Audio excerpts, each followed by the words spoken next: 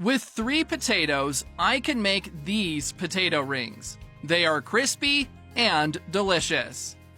Start by cutting 500 grams of peeled potatoes.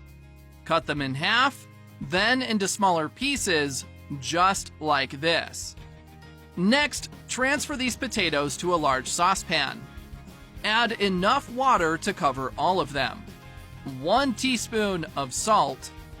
Turn on the heat at high power and let them cook until soft. Meanwhile, in a large skillet over medium-low heat, add 2 tablespoons of unsalted butter and stir until fully melted.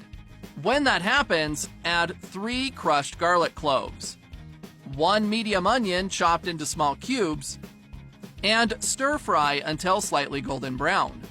Next, add 150 milliliters of water, 2 tablespoons of wheat flour, and cook for 2 minutes. Leave us a comment with the name of the city from which you're watching this. I'd like to give you a shout out and thank you for sharing this recipe. This is the right cooking point. You may now turn off the heat and set aside. Once you've done that, and once the potatoes have cooked through, remove them from the heat and drain all the water. Next, transfer them to a large bowl and mash them until a smooth mixture forms. Then add the cream we made, and mix to incorporate. Finally, add parsley to taste. 50 grams of cornstarch, and mix until combined. This is the right mix. Now, sprinkle plenty of cornstarch on a countertop. Place the dough over it. And using a rolling pin, stretch it out, ensuring it's not too thin or too thick. After that, use 2 round dough cutters of different sizes to shape the rings. First, make a cut with the largest round cutter, then use the smallest one to cut the center of the circle, just like this.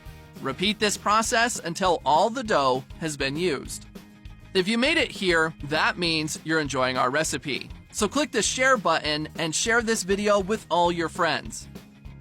It won't cost you anything, but for us, it will make all the difference. Now, in a large skillet over medium-low heat, add enough vegetable oil to cover its bottom. And once the oil is hot enough, add the potato rings. And let them fry until golden brown.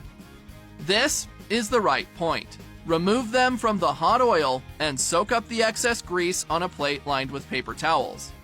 That recipe is ready. You may now get one, dip it in any sauce of your choice, and enjoy it. I really hope you liked this recipe. Now I'll head back to the comments section and we'll continue to answer everyone who left the name of their city. And I'll also thank you for sharing this recipe. See you next recipe. Bye!